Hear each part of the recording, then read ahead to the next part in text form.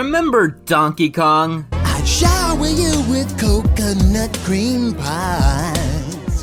Yeah, that's the one. I reviewed an episode of the show a couple years back. The villain, King K.Rool, wanted to use a machine to steal the knowledge from books, because apparently he couldn't read. And that ended up getting Donkey Kong turned into a robot. I don't remember how that happened, but it was a cool episode. It had a song so good that it caused Daft Punk to retire, if I remember correctly.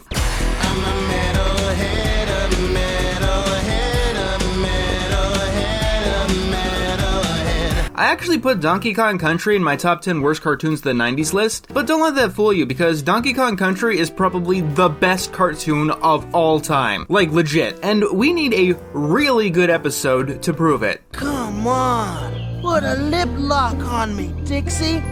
That chump chip Diddy will never know.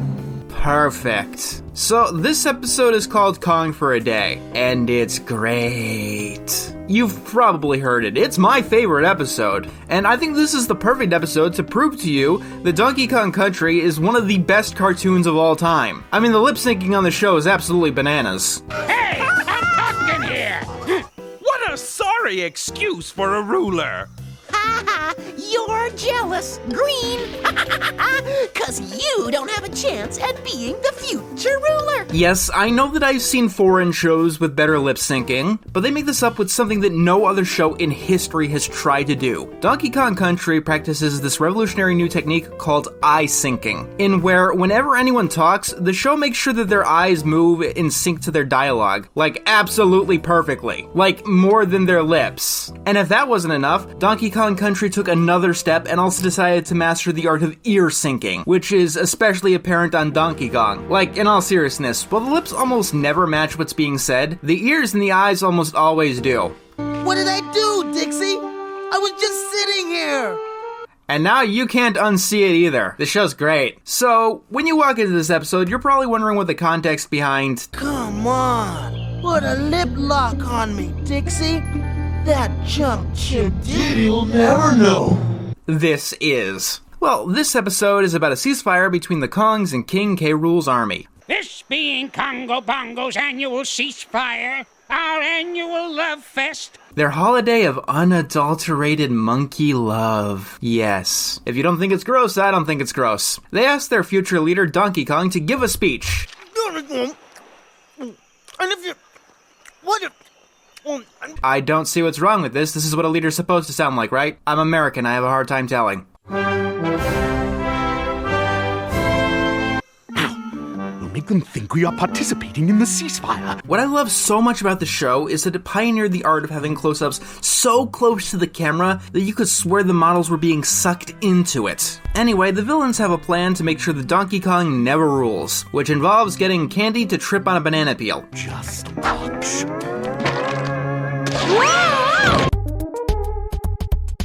So, because Candy slips on a banana peel, and because Donkey Kong is literally the only entity in the entire universe, despite this being a show about, monkeys, she decides that she never wants to see him again. Ever. Our date's off. Don't call me, don't drop by. Ever. Don't worry, Donkey Kong, you'll get her back. I hear that your love is stronger than a golden banana. When I see a smile on your hairy face, I know there's no other rape that could take your place. Someone probably got conceived to that song. You have my condolences. But seriously, Donkey Kong, I don't know how to explain this to you, but you dodged a bullet. Candy's awful. So Donkey Kong goes to sulk on a dock when King K.Rool tries to put a thought in Donkey Kong's brain. Nothing can get my mind off Candy. What about surfing? Cool water, the gentle rocking of the waves. Tries being the imperative word here. Wait, Yes? I'll go surfing. So, with this idea somewhere in that noggin, Donkey Kong borrows Funky Kong's best board. Why his best board and not some random surfboard Funky doesn't care about? I'll take care of it. Perfect explanation. And Donkey Kong does take care of it so well that he doesn't even use it. He borrows Funky's best board to take it down to the docks, and then he just goes swimming. This show is genius. Then K.Rool comes up with his minions to steal the board. Stealing? Oh, that's bad. Have you ever been to the beach and when you see a store like Joe's Water Sports, have you ever been tempted to just go in and speak to the manager and just ask them if they know? I don't like the thoughts that this show gives me. Oh no!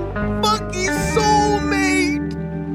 I complain, but the surfboard would be a better girlfriend than Candy any day of the week. Funky? Funky? Funky?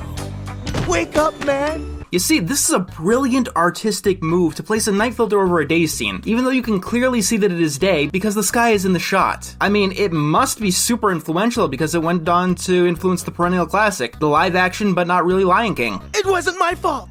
Somebody filched it! I'm sorry. You see, this show is genius for its era, because they actually gave the villain a point. As in, Donkey Kong would be an absolutely terrible ruler by any standard. And I mean beyond the obvious stupidity issue. There were loads of stupid rulers. There are loads of stupid rulers. But the issue is how he's deflecting blame here. First of all, in the real world, if you lose something you're borrowing because it got stolen, most people would blame you for losing it and not the thief. But even ignoring that, even if it wasn't Donkey Kong's fault, as the future ruler, it's still his problem to get the board back. Like, an actual ruler wouldn't just be moping away sad. They'd try to put it on their honor to get the board back. But nah, Donkey Kong is only wrapped up in his own misery. He doesn't even try to get the board back. Our hero, ladies and gentlemen. I mean, it's definitely a good thing that he at least told Funky, but this really is below the bare minimum here. So no, instead of doing anything, he goes to mope with Dixie and Diddy, his Bosom buddy.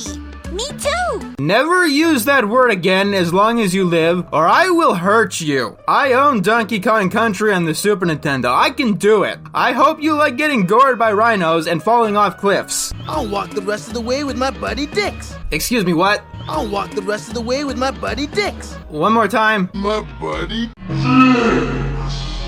You call your friend Dix. I mean, yeah, that makes perfect sense. Who doesn't call their friends dicks? So now we get the famous masterpiece of a scene. One of K.Rool's minions has the ability to imitate voices perfectly. Bananas, bananas, bananas. This appears nowhere else in the entire show or the history of the Donkey Kong franchise except this one scene right here. But without this plot hole, we couldn't have this beautiful scene where the minion uses it to hit on Dixie. And despite the minion being loud enough for Dixie to hear, Donkey can't hear it, despite being right next to her. Now, believe it or not, this can actually be logically explained. You see, I contacted a Harvard-graduated mathematician, and he told me that he had better things to do than waste his life analyzing cartoons. So I gave him a 1-star review on Yelp and complained about him on Twitter, and now his opinion is objectively untrue. Donkey Kong is looking at Dixie. Dixie is looking at Donkey Kong, not seeing his lips move as the talking is going on. I mean, I get that the lip syncing is absolutely horrible, but still. I suppose, yes, you can explain this one too, if you've been ingesting enough asbestos. I really need to get on that at some point. I also love how Dixie's eyes dilate. Like, the creators of this show were forerunners in the field of making a scene as uncomfortable as possible. Fear and Loathing in Las Vegas could have learned a few things from this moment specifically. What did I do, Dixie? I was just sitting here. He'll get it eventually. Or not. Next, King K.Rool's minions destroy Cranky's laboratory. And to make sure that Donkey Kong gets blamed, they leave irrefutable proof. Now for the incriminating evidence. All fingers will point to Donkey Kong. You know, I think that's how O.J. Simpson got off. His lawyers brought up that there was a banana peel at the scene, and because that proved 100% that Donkey Kong had to have been there at that scene, there was enough reasonable doubt for the jury, and they had to acquit. With this, Cranky Kong decides that Donkey Kong can't be the future ruler anymore, and gives the title to Diddy Kong. I'm giving you a one-way ticket to the White Mountains. No return. Is that really a punishment? New Hampshire's beautiful at this time of year. I mean, it's sad that they lost their face in the mountain, but it's still a nice place to vacation to. No more second banana for me. I'm the king of the Kong. The Simian Don won. Whatever you say, Diddy. No for a barrel roll. Wow, that is uncool. Star Fox hasn't had a new game in 15 years. No, we don't count Star Fox Zero. While Donkey Kong Country is a series that's alive and well, and you're stealing its memes, the only thing it has left. Now that Nintendo doesn't care at all about it. You know what? Donkey Kong does deserve to die a slow frozen death on the mountains that doesn't have a background or any detail whatsoever. Oh my god. I think the spell is broken. I don't like the show anymore. I'm free! I don't know what's happening to me. Oh no! Donkey Kong is making me feel. Can anybody tell me just what I did wrong? Where do I begin? I only know just how to be mean. Actually, you seem to have a good grasp on the issue. Yes, that is the problem. That is what you did wrong. That is everything that you did wrong. That describes 100% of your problem. 105% of your problem. If this was not a fact in your life or in your brain, you would not be in this situation. You'd be future ruler, King K.Rool would be dead, Diddy and Dixie would be your friends, and Candy would be the one trapped on this mountain, hoping and praying that someone out there would shower her with coconut cream pies. And as she slowly froze to death, closing her eyes for the last time, only then would she realize that maybe she should have reevaluated her attitude. So K.Rool plans on raiding the Barrel Works. This is overheard by Cranky because the Crystal Coconut was able to tell him about this. So remember that, everyone, when you're watching Donkey Kong Country. Every time that the Kongs get snuck up on or don't know King K.Rool's plan, Cranky actually does know it because he can listen in on the villains at any given time, including in this episode where he blamed Donkey Kong for destroying his lab. Blast! What was I thinking putting Diddy's face in the coconut? Flew off the handle. I think I might have been a little hard on DK. Especially because you have the ability to know exactly what King K.Rool's plan is. Never make that sound again. K.Rool is marching on the Barrel Works, and you gotta get over there. Wait, his name is K.Rool? Huh, maybe I am the idiot. I thought his name was K.Rool, but no, you guys make the show based on the video game. You guys know the source material better than I do. What do you expect from someone who has never ever been the king before? Never had to save the day. You know, except that one time. I'd play more of Diddy's song, but I don't want to hear it. I know you don't want to hear it. Wait, you do want to hear it? Okay, I'll give you a bit of a sample of it. I'm the Tootie to his fruity and the peach to his fuzz. So in this song about Diddy claiming that he wants to be second banana, he keeps putting himself as the first thing. Tootie comes before fruity. Tootie is the first banana. Peach comes before the fuzz. Excuse me, what? Peach fuzz. Peach fuzz. Yes, ladies and gentlemen, peach fuzz. So Diddy tries to save everyone, but he, fails. I'm not edible! I'm not edible! Yikes! Yikes! That's a shame, really. That means that Diddy Kong truly has no purpose. Help! Frankie! Get DK! Get DK! I just love how shallow everyone is in this show. We hate this guy. We hate this guy. We hate this guy so much that we don't want to ask any follow-up questions and just banish him to the middle of nowhere. Until we actually need him, then all of our issues with him are completely forgotten. Meanwhile, Donkey Kong is having a desert mirage on a snow-tipped mountain. Yes, that works. Don't question it. I haven't had any bananas all day. You know, except that one time. Isn't someone gonna save us? I don't know what you want. You told Donkey Kong never to see you again. You sounded pretty serious about that. He's been respecting your wishes, and I think you should continue to respect your wishes. Seriously, characters like you create very bad stereotypes, Candy. Well, the top banana wouldn't be top banana without his second banana. Never say top banana again, making me think of who's the bottom banana, and that's not a thought that I desire having. But besides that, I seriously loved this show. It was absolutely terrible in every single way, yes, but it actually helped me forget about the inconceivable horror that is the Slim Shady Show. God damn it!